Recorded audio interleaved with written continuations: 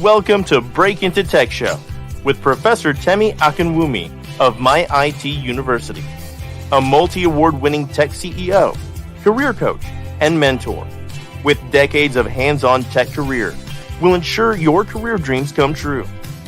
Join our extraordinary show today on groundbreaking topic for a successful career. Do you want a $100,000 job as a cybersecurity professional, Scrum Master, Business Analyst Software QA, Cloud Architect, Data Analyst, Technical Recruiter, and more? Visit www.myituniversity.com to schedule a call. Come and get inspired to secure a lucrative job, keep the job, and grow on the job. Relax, receive, and see results. We're glad you're here. Share, like, and comment. Hi, everybody. Welcome to the show. This is your show, Break Into Tech, with Professor Temi Akinwumi, and it's going to be a wonderful day today. We're going to be discussing about how to start a cybersecurity career without coding, making, over 100K salary. And I've been in tech, most of you know me by now, for a while now. It's been for like 3 decades now. I've been in tech. We came for 30 years. And I'm a multi-award winning tech CEO. Okay, we are located in Lago, Maryland, of my IT University, and also of Top Group Technologies. I'm super excited to be here with you, always giving back and empowering our community. The only way we can help our community is to impact it, is to give back to it, is to help people, have better salary, to live above poverty level. I thank people that are joining us from all over the world.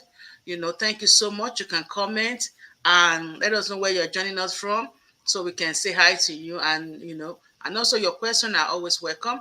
Make sure you have your pen and notepad ready so we can discuss tonight, this morning, this afternoon, wherever you're joining us from. It's going to be powerful. I have with me here a gentleman. Is going to introduce himself, to us as we discuss today how you can break into tech, especially cybersecurity career with no coding, no tech background, and you can make over 100K salary.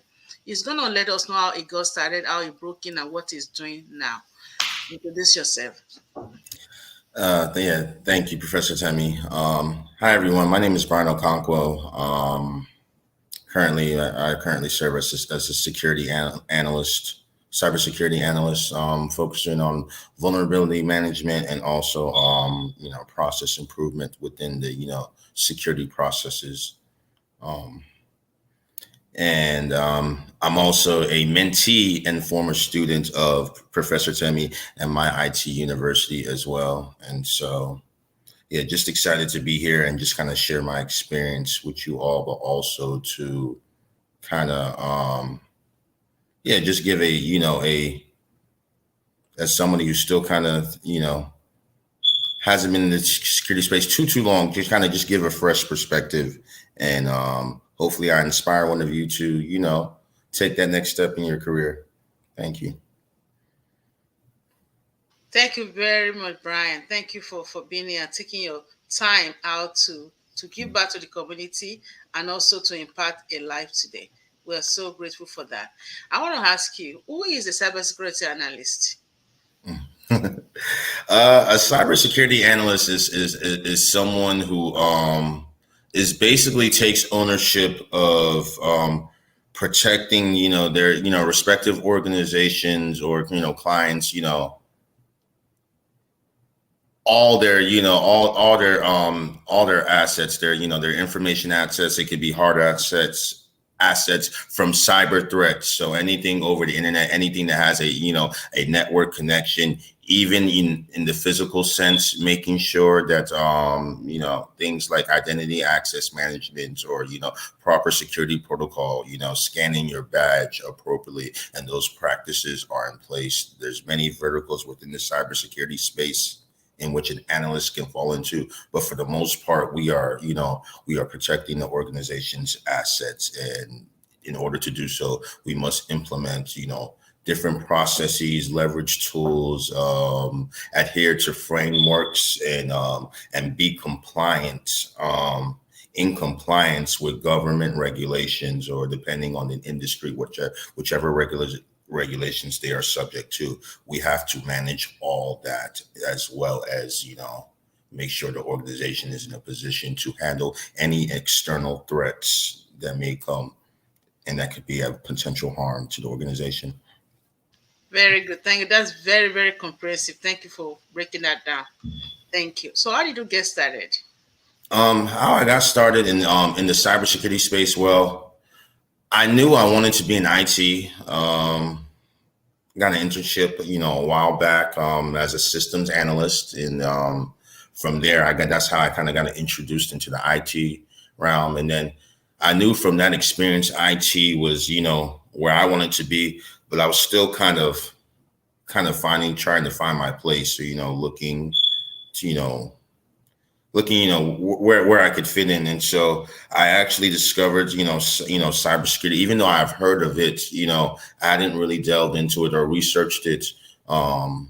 When I was there, it was still kind of a fairly, not new, but it wasn't as, popular. You don't hear it as much as you do now. But in school, I attended a conference.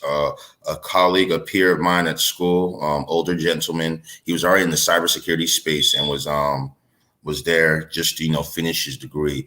And he recommended that I told him, it's like, yeah, I'm interested in IT, but still, unsure of what I want to do post-graduation. And he suggested that I attend this cybersecurity conference.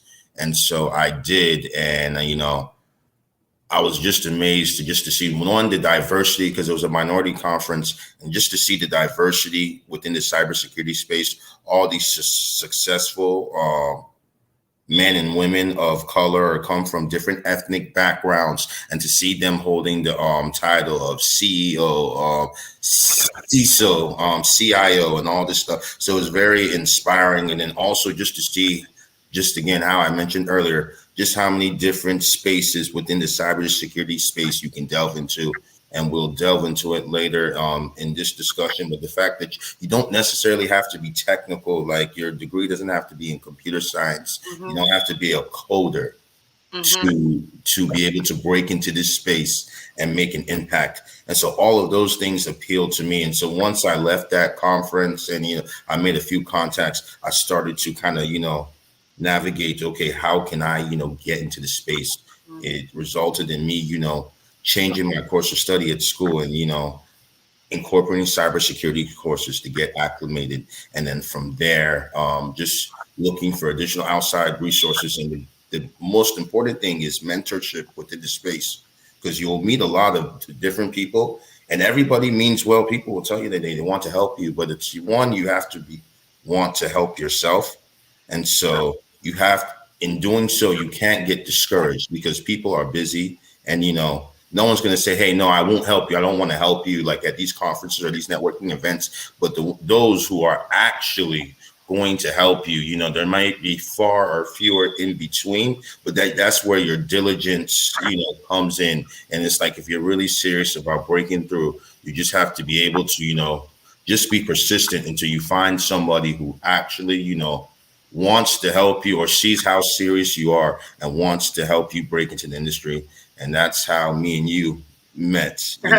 I got to a point where I was, I wanted to break in so badly. I was willing to, I just needed a mentor. I just need somebody to, guide me and, take me step by step and really invest in me, but at the same time, I had to be ready to invest in myself. That means time, resources, maybe time and resources that you might tell yourself you don't have at the time, but anything you want badly in life enough, you will find a way to make it happen. And so you just have to make that choice. And I, some time ago, I made that choice, and, I was fortunate that you, Professor Temi, were the one to guide me, because it led me to where I am today. And I'm very appreciative. You're welcome. Thank you. Thank you. I'm glad that we met too, because there's so much information out there, and you're kind of swimming in the ocean of YouTube and ocean of Google, and there's so much that you can get lost. and you don't even know what direction to go, and then you waste time, waste resources, whatever, and then you can't even achieve nothing. And I've seen a lot of that. So that's why we're out here to guide people to be able to navigate their pipeline to break into tech, into cybersecurity, and other areas of tech without so much struggle. And thank you so very much. I also want to ask you, what transferable skills are useful in your current role? And we have skills that we are that like our talents, what we have. Some people don't think they don't have anything. No, I don't have anything. I can't break into tech. I'm not technical. I don't have any college degree. I don't have IT background, but they have transferable skills. What are the skills that are important to have in order to break into cybersecurity? Uh, yes, thank you for your question, Professor. A big skill, one that I brought with me into to my current role, or even when I broke into the space, is communication. Your people skills, your soft skills, being able to again communicate effectively, being able to kind of call it emotional intelligence, understand, your personnel, your audience, whether you're giving a presentation, whether you're dealing with a client, being able to connect one-to-one, or you be able to, get your message across the group. All that takes, one, you have to be observant. You have to understand which space you're in. You have to be confident. And it's like, and you have to be prepared. All those go into, your communication or your delivery. It's like, yes, you can fake it till you make it, but it's your delivery is much more effective when you actually know what you're talking about, know that you've done the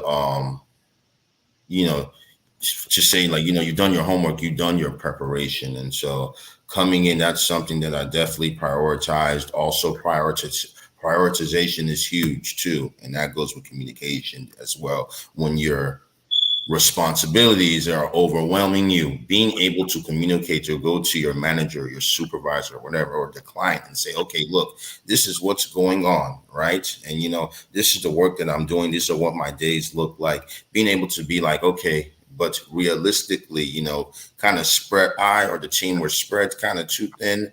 So it's like, what do you want me to prioritize, versus what comes first, what is top tier. And then in most cases, especially if you communicate early, it's like your manager, your supervisor, they will let you know, hey, focus on this. He's like, this is critical, focus on this. And then after the fact, if you have any additional time, whatever time is left over, then you can tend to this. And by communicating that, is like, then there's your expectations between you and your management, your client, whatever are set. You guys are on the same page. But also by communicating, any grievances or whatever, any pains that you might be having, as an employee, is like the business, or management can take it into account and provide additional resources, help in the form of maybe adding some contractors or outside resources to help you with the workload, so you can focus on the stuff that is of priority in your organization. But it's like none of that gets done if you don't communicate, if you what we call suffer in silence. And so that's the biggest thing in the tech space. In any space, you have to be able to communicate, effectively. Communication. Good job. Thank you. Communication and collaboration and prioritization has helped you a lot in your role. So you can be on the same page with your manager, your supervisor. If you need help, they're able to speak to help you because you are communicating effectively with them and asking for help as needed. Thank you so much for that. And also, what are your daily duties? What are the some of daily duties? I know, we have different areas of cybersecurity. Some people are in the compliance side, some people are in vulnerability management side, some people are in the SOC analyst side. There are so many different types. Some people are in forensic investigation, some people, so there are so many different types of cyber. What area are you in and what are your daily duties? Daily dues, meeting. No, Oh, no. So in my current role, for the client, or for the organization I support, my focus, the areas of focus are vulnerability management, and gap analysis, remediation, and then also process improvement around our security processes, around for our security processes related to our vulnerability management.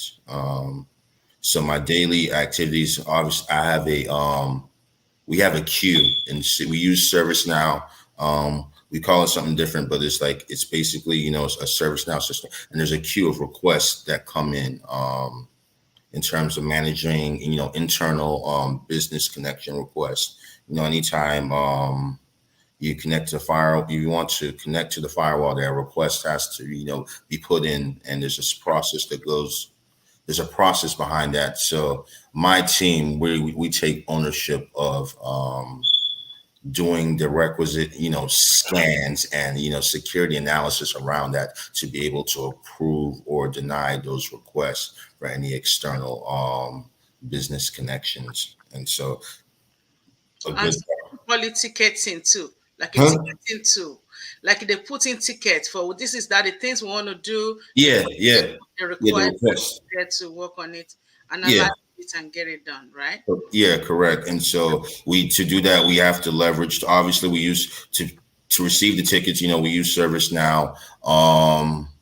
Also the tools we leverage, some of the tools we leverage are Kenna, Balbix, to do the scans, but also to create the dashboards and also to give us insights and, and on demand, on time, timely information in order to make these decisions. And so a good part of my day looks like that. But the other part of my job function is also to evaluate, these processes that we do on a daily basis and identify the gaps and to see, where the inefficiencies are and how can we, correct them? How can we, just like you look at the system, remediation, but remediation of the process itself and how we can, make it leaner, more efficient so that, there's less back and forth. We're able to improve on our SLAs and, be able to give, everyone in all the different business units, free up more time to be able to, invest that time or take that time working on other projects or initiatives. So Good. So that's your process improvement. mhm. Walking us through doing gap analysis, see how things are being processed. Maybe there some gap, how they can make it effective. You can make sure that things. So, for example, something might be done that may be taking 30 minutes. You might be able to do in 10 minutes. How can we make it better? Things like that. So that's very good. So is it boring? Is it a good job? Are you enjoying it? What's your advice? No, I mean, I enjoy it. I think there's always, you learn something new every day. And so I think the good thing is, like I said earlier, it's like, you don't have to be too technical, but it's like, even on the compliance side or, the administration, governance side or whatever, or I'm in vulnerability management. So we're managing those tools, but you can delve as deep as you want to go because, the different, parts of the business that you touch, or even just within the IT space or the security space, working with the engineers, you have access to all those people. So it's like, and these are the good thing about, the thing about super technical people is like, for them to get that technical, they're really passionate about what they do. So they're willing to spread the knowledge if you show that interest. Now, they're not going to waste time with somebody who, just appears disinterested, or whatever. But if you have those interests, it's like those people are very accessible. It's like, they want to be able to share that knowledge because it helps them. It helps the organization when everybody, the more technical everybody across, the organization is in terms of the understanding of these concepts, it's like the stronger the organization is as a whole, because like I said, a lot of the information is shared across, and also it helps when people move on, switch teams, or move on from outside the company. It's like that loss of knowledge is you don't feel it as much when when it can be retained within the organization, because different people, even if I'm in vulnerability management, but it's like I understand what the engineers do, or I understand what legal and the compliance, like I understand the frameworks they come with, or what their job entails. Okay. So So what's your advice for, thank you so much. Yeah, which is in continuation of what you were saying. Your advice for aspiring cybersecurity analysts that are believing, oh, by the way, wow, you sound too technical. I don't think I can do this. Blah, blah, blah. What's your advice for them? Because you don't have to know everything in a day, as you've been there now for some time now. So you kind of get used to all those terms, they come naturally. And that's the same thing with everybody else. But people that are still going all over the YouTube, going over everywhere, trying to think, how do I get started? What do I do? I'm aspiring, but I'm confused. What's your advice for them?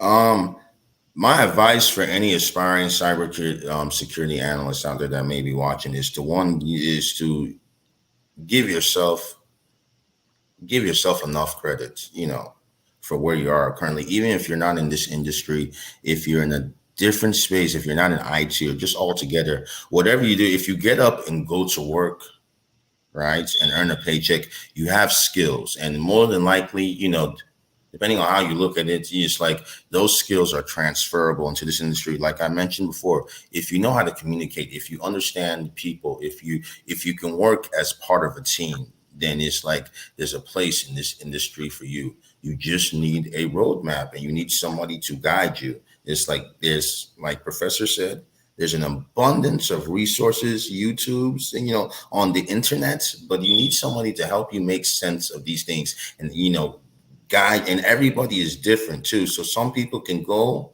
on the internet and figure it out, or they might get lucky, but especially in this space that's getting more competitive each and every day, you need somebody to be able to guide you. And mentorship is important. Find a mentor. Don't try to do it alone or do it by yourself, because there's information that you can't get on the internet. It's like it has to be one-to-one. Someone has to give you the game or give you this. Just like even all these different stuff that you can pay for online, it's like they're not gonna give you everything. So you just have to. And another thing too is you have to be very serious and committed and dedicated in your development as well, wherever. And that also goes into, again, assessing where you are, deciding like, this is what I want to do. So again, find somebody who's serious about helping you. And the easiest way to find someone who's serious about helping you is if you display if you show somehow that you're serious about helping yourself. So networking, being consistent, not coming with excuses, but just coming with the, hey, I'm ready to learn mentality. What does it take? And it's like, after it's laid out in front of you, then find a way to make it happen. So again, we all can occupy our time doing something else or find to fill our time, but it's like, if this is serious to you, then make that sacrifice. It's like, okay, even if there's it'll take an investment. What better investment to make out here than to invest in yourself? And don't let pride prevent you from Stepping forward, right? striving forward. So whatever you have to do to be able to, get the ball rolling and start your journey. And it's like, it's all going to pay off in the end. It's like, I'm a living testament, but there's hundreds of other professionals like me, courtesy of, for somebody like people like Professor Temi out here who, for whatever reason, God placed them on this earth. And it's like, they're really, God places certain people in your life for a reason. And she's just one of those people. Like there's no gimmick. There's no, there's no added incentive. This is somebody who's very successful, holds multiple degrees and distinctions. She could just, worry about herself and just, relax, probably retire. But it's like, she's passionate about what she does and helping people break into it. That is her calling. That is what she does better than anybody that I can speak to. And so I recommend Professor Temi, but it's like, even if it's, for whatever reason, just someone like her, but that in all seriousness, it's like the biggest thing is just one, getting serious about, just, changing your situation, and then you're just finding, mentorship, it's not that hard. Don't try to do it all alone or do it by yourself. You need a network, but it can start with one person. If you just meet the right person, and then it's like they can expand, they can connect you to other individuals who can help you, put your professional, profile, and what's going to get you hired and what's going to make you successful and accelerate you up the career ladder. It's like it can start with one individual, which is you, and then you find somebody else to guide you as you are, and take you to the next level. So Good. Thank you so much, very much. And that's I'm so happy for you because normally you don't really can ever see Brian talk. I was like, but things has changed because you're in tech now. You see the mhm, exposure and you really want to give back. So I'm really, really grateful that you've seen what we're, trying to do at that before. mhm, So you went through my university coaching, mhm. mentoring, networking, nurturing, and community support program. So what do you have to say about that? And before that, I want to advise anybody that's trying to break into tech, schedule a free call. The call is free 99. You don't have to pay anything to schedule a call with me. I'm scrolling down here, www.myituniversity.com. Schedule a call. I'll speak to you. I'll help you, set up your goals, have a pipeline set up for you, and you can get started and break into tech. We're going to focus on the things you need right away. And you can break in very fast, making 100K, 100K plus, okay? People making 100K, 120, 130, 140 in breaking into tech, we can help you achieve that goal with my IT university. So we do coach you, we mentor you, we help you to network with others, we nurture you, and we don't ever leave our student.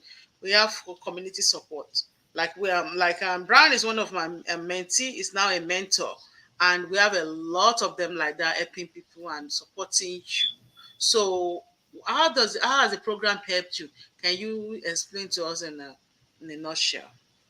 The program is giving me a community, a community in which I can fall back on and rely on. Not Again, in comparison to like others, other resources out there. Okay, you take the class, you pay for the class, and then that's it. It's like you don't have access to that instructor anymore. You're pretty much on your own. I mean, you might have the knowledge or whatever was covered in the course, but in terms of navigating those next steps in the process, again, interviewing, getting your LinkedIn and your resume together, it's like, all of that, just like, you have to kind of figure out or, go elsewhere to get that. But with my IT university, it's like you get all of that, under one roof, under one umbrella. And it's great because as you can see, it's like I'm a former student of Professor Temi's and now mentor, she's my mentor now and then a mentee, but it's like I also have the opportunity to mentor like, other students as well and participate in a community where no matter whether you're just starting out and interviewing for your first role in this in the tech space, or whether you're a veteran, you've been there, you've been there for a while, but still it gives us a place, to where we can exchange information,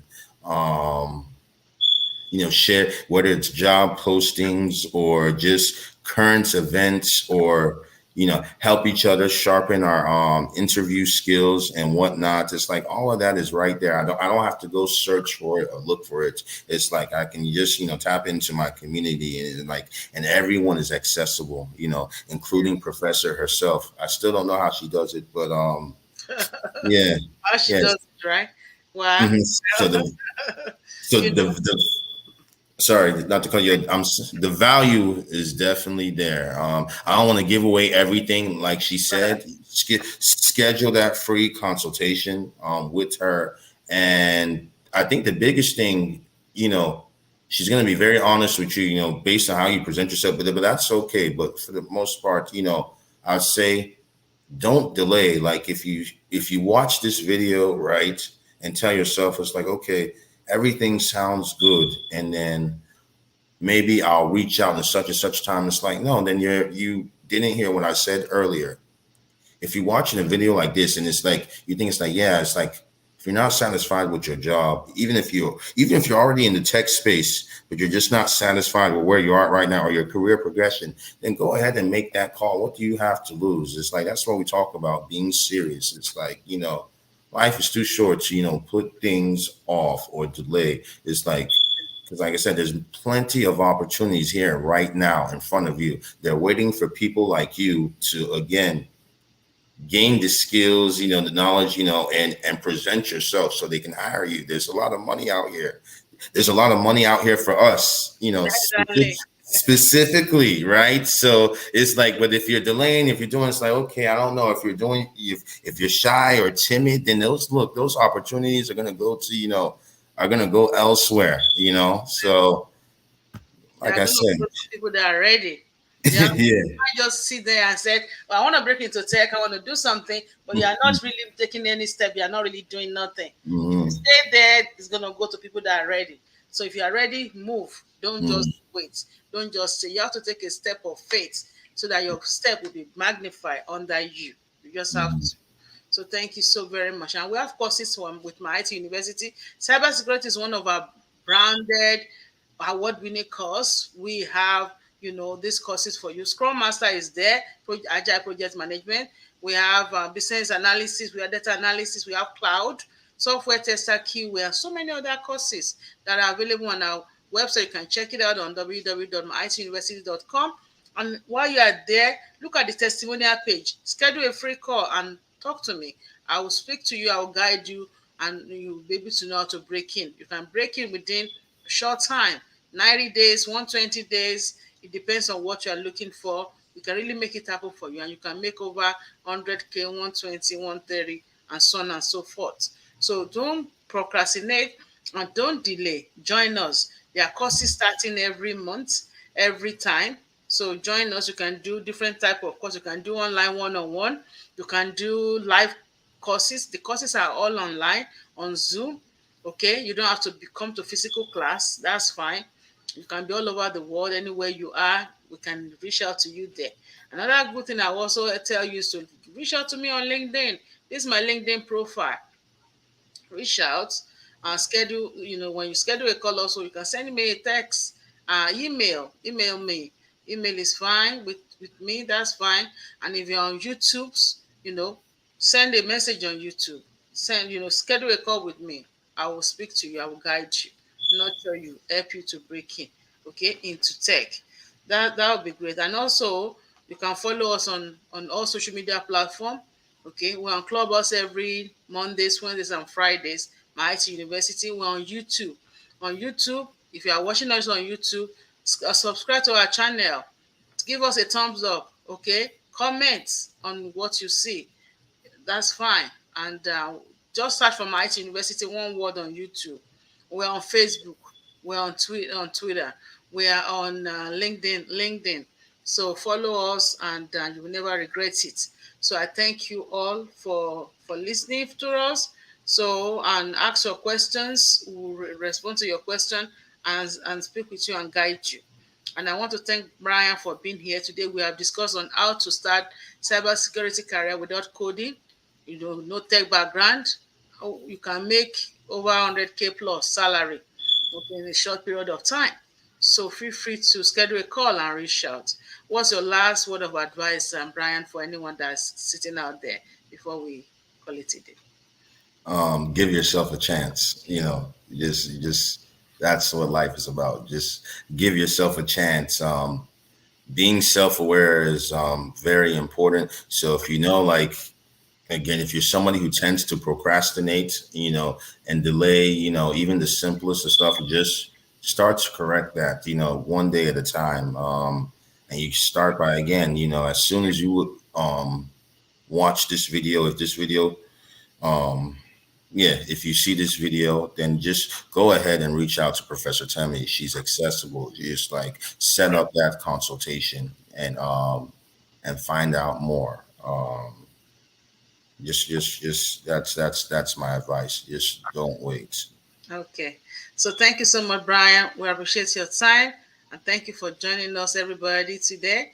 Until next time, when we will meet you again on your Break Into Tech show, It's been a wonderful time with you. My name is Professor Temi Akinwumi, and I'm with Brian Okonkwo, one of my mentees that have become a mentor and a cybersecurity analyst, making over $100,000 plus salary in tech. You can do it too. He started from nothing, and now he's a big guy up there. You can do that. To help you, we are here to make it happen. So reach out, schedule a call, and I'll be glad to speak with you. Thank you all, and have a blessed and wonderful day. Thank you, Brian, for your time.